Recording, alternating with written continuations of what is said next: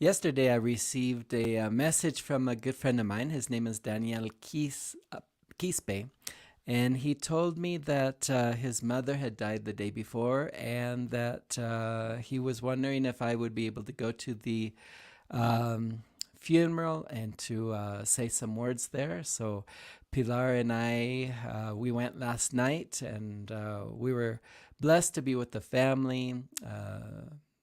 His dad is a pastor here in Cajamarca, and lots of people were there, and they invited me to share.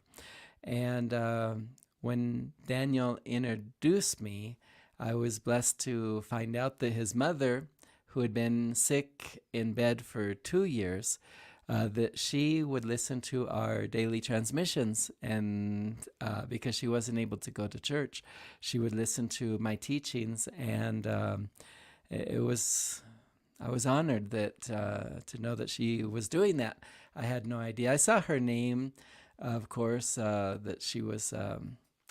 She would send me buenos dias messages, good morning, but she and her husband were going to celebrate their wedding anniversary, and she wanted me to help them do their wedding vows,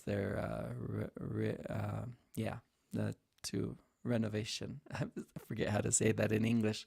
But anyways, I was blessed to be able to participate and to know that someone is listening to our transmissions. That just made my day. Someone else here in Cajamarca has been listening. I had no idea that he had been listening, and his wife told me that he wants to give his life to the Lord. And she wanted to let me know how valuable these transmissions are. I had no idea, and I'm just so excited that the Lord is using our daily teachings. They're going out, and soon they'll be going out on the radio as well, and in print form. So I'm very, very happy about this. Very good. Well, I think we're ready for our study this morning. So if you would like to open your Bibles, we're going to start actually in Luke chapter 18 this morning. So we'll see you in just a few seconds.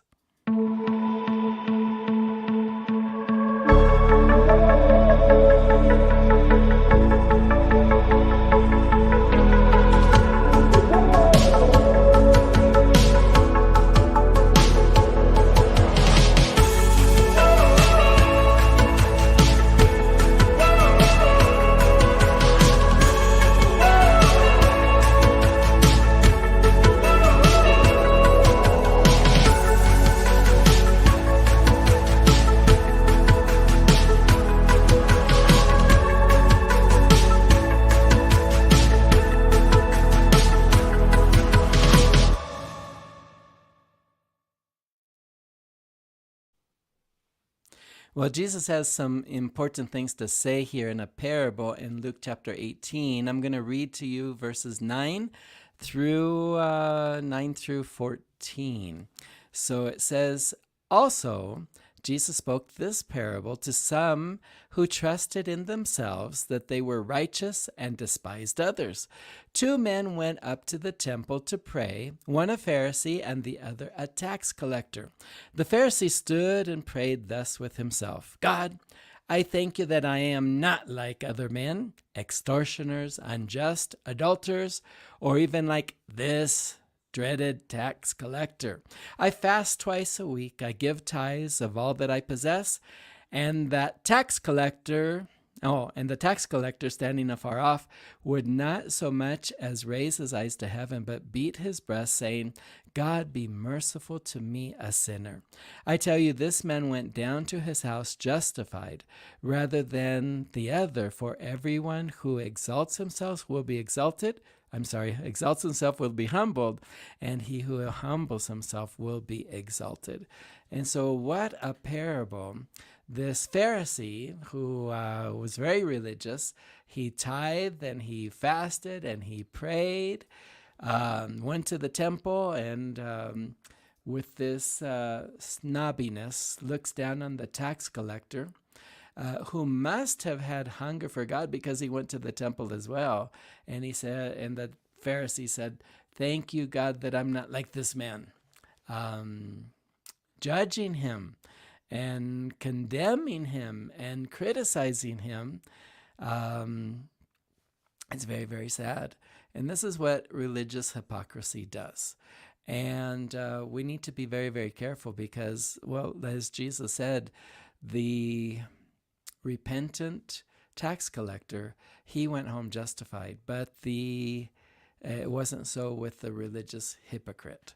And so we need to be careful that we're not hypocrites like that man, judging people, criticizing them, condemning them.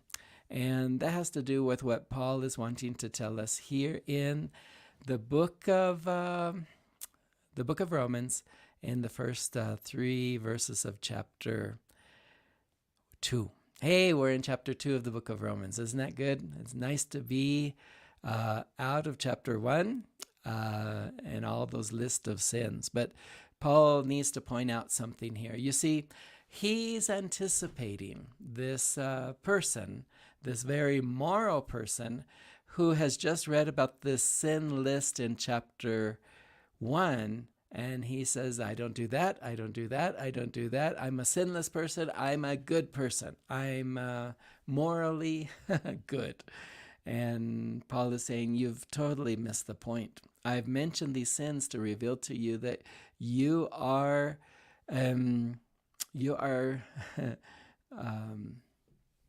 guilty of these very same things. But here you are judging other people. And so let's talk about this judgment that the moral person wants to do. He's saying, I'm a good person, I'm a wholesome person, I would never hurt anyone, I'm going to heaven because of my great moral capabilities.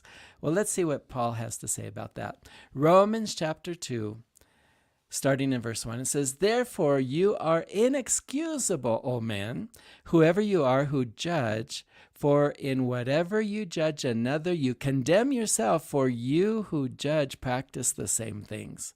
And so Paul is writing to this invisible man, not one man in particular, but he knows how people are, and see, he's anticipating somebody reading his book, the book of Romans, and he's saying, you who judge another person, don't you know that you are guilty of the very same things? How can you condemn someone else when you do the same things?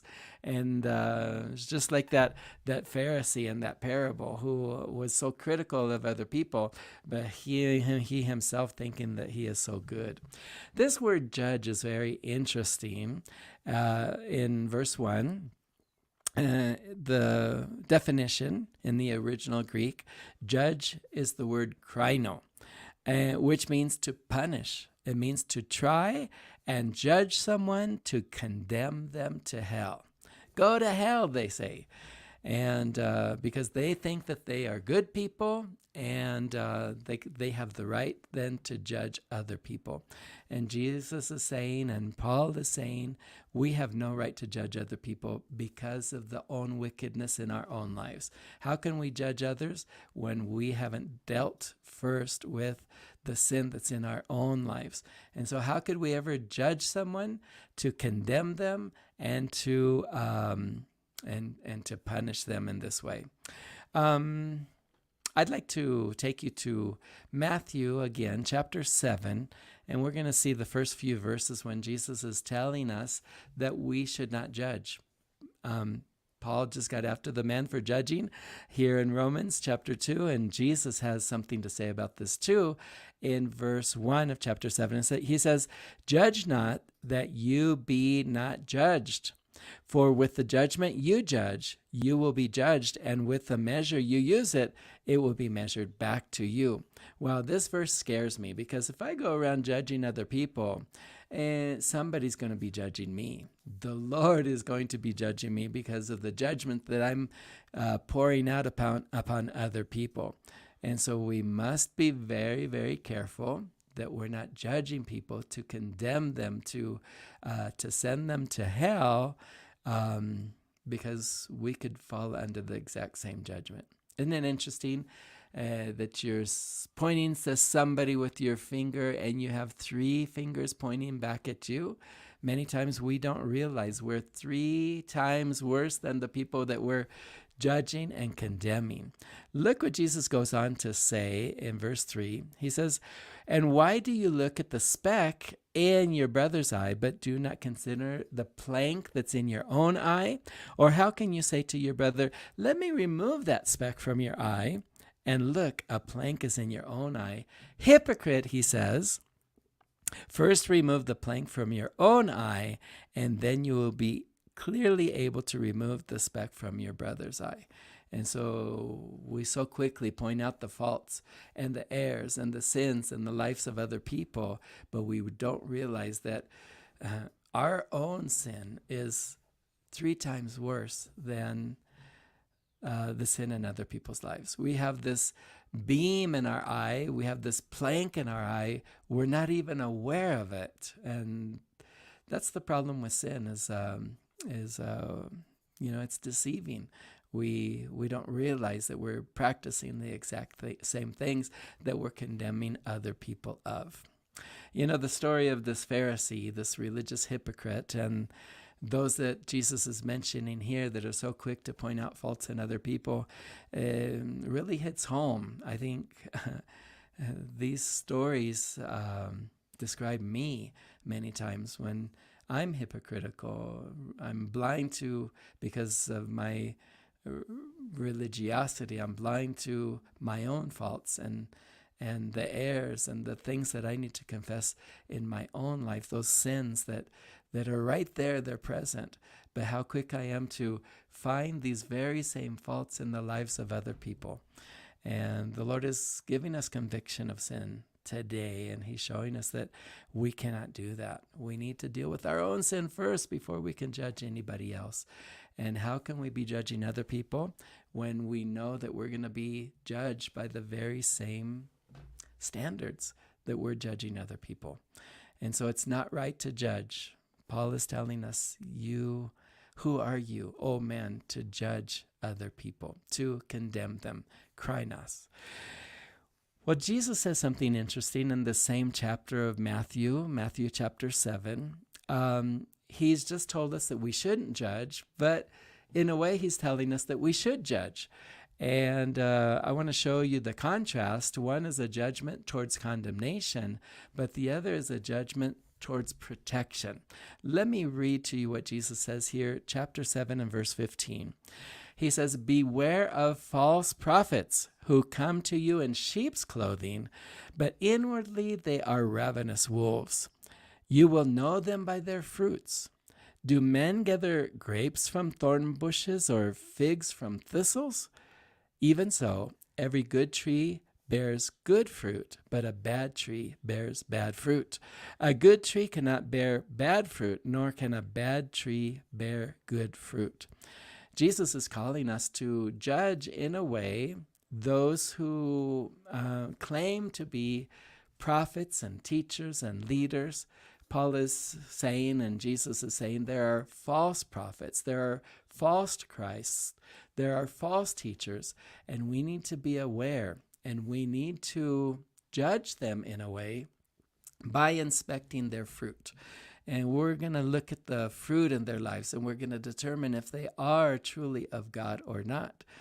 And because they're all false prophets, and they dress like lambs, but they are ravenous wolves. We must be careful. He goes on in verse 19, "Every tree that does not bear good fruit is cut down and thrown into the fire. Therefore, by their fruits you will know them." So we're not to judge people and condemn them, but we are to judge the fruit in the lives of people. And this is a correct thing to do. And we need to be discerning. We need to be understanding. We need to know if this person is truly sent from God or not, especially those who are teaching, pastoring, prophesying. We want to see the fruit of their work. And so The Lord has called us not to condemn people, but the Lord has called us to be fruit inspectors. And we want to see the fruit in the lives of these people to see if we should listen to them, if we should pay heed to them, if we should follow them in some way. And so we must be very, very careful. Let's go back to Romans chapter 2, and we'll continue on now with verse 2. It says, "But we know that the judgment of God is according to truth against those who practice such things." What are these such things? The things that Paul mentioned in chapter 1.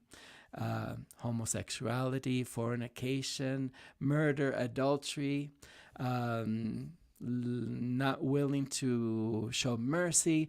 All of these things, Paul is saying, this is to show you that God's judgment is true and that God has every right to pour out his wrath upon this evil, God-forsaking world. This is what Paul is giving us this list for. God is justified in destroying this world. He can do whatever he wants with his creation. He can destroy it, or he can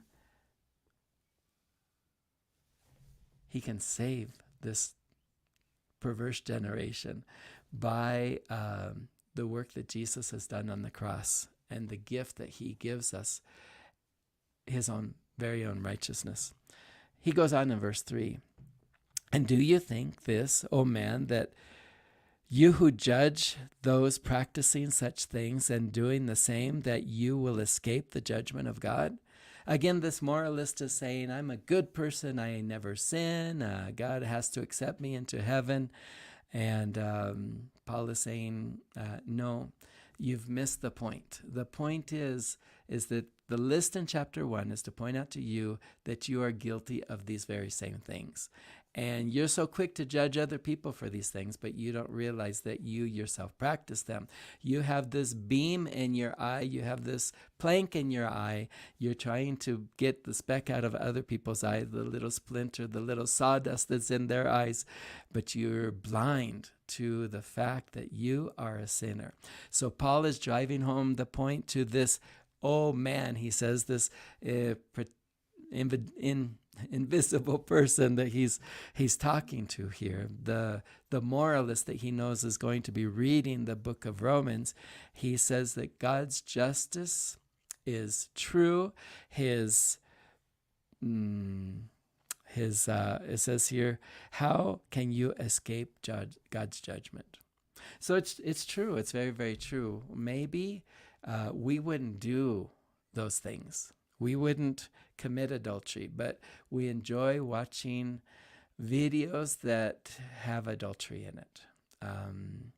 We wouldn't murder, but how quick it is to read a murder novel, or listen to music that promotes anarchy and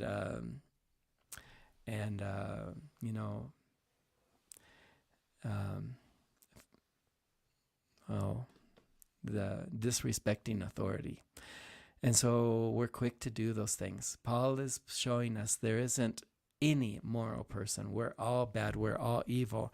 We are all guilty. And if there's anyone who's going to judge, it has to be our just judge. God has the right to judge us. And if he determines to send us to hell, he has every right to pour out his wrath upon this God-forsaking people. Let's see 3 points of application this morning. Number 1, let us not fall into the trap of criticizing and judging others. It is easy to have a critical attitude towards other members of Christ's family. We must not do that. Instead, we must build each other up. We must encourage each other. We must love each other. But it's so easy to fall into this trap, and you start criticizing people. Look what he's done. Look what she's doing. Oh my goodness, he can't do that. And we criticize and we judge and krainas. We are wanting to condemn people to hell. And that is terrible. Our brothers and sisters in the body of Christ. But there are so many believers who feel like it's their responsibility to point out faults in other people. This scares me because Jesus said, with the judgment that I judge other people, with the critical spirit that I have, I am going to be judged and I'm going to be found guilty. And so I would much rather love people and edify them and encourage them than realize that the judgment that I'm pouring out, I'm going to be judged by that very same judgment. Number 2, at the same time, the Lord admonishes us to be fruit inspectors. We should evaluate those who teach and lead, and we should follow their good examples. And so inspect the tree, inspect the fruit, and see if what they're saying, what they're teaching, how they're leading you is good or not. And if it is not good, if it is bad fruit, get out from under those false teachers, those false prophets, those wolves that are dressed like lambs. Point number 3, again, Paul's purpose in Romans chapters 1, 2, and 3 is to show us how evil we are and how just are God's judgments. We must not miss this important point. We are guilty of sin. This is all that Paul is attempting to do in these 3 chapters, showing us that we are guilty, that we deserve God's judgment, that God's wrath is justified, and he can do this whenever he wants to with his creation. He created us, and he has the right to do whatever he wants with us, with this world. And so that's what Paul is telling us. That's the point he's driving home, is that we are all guilty of sin. That's what chapters 1, 2, and 3 are for. So that's the devotional teaching today from the book of Romans. I hope that you're well. I want to thank everyone who's joined in with us. I know Cheryl is watching, and Sammy Sandino, good morning to you. So glad to have you with us as well. And there are others, and I don't have the names right in front of me at the moment, but I want to say thank you all for joining us. Pray, if you would, for the Quispe family and the loss of their wife and mother, Maria. May God pour his grace out upon them. Have a great day. We'll see you soon. See you in the morning.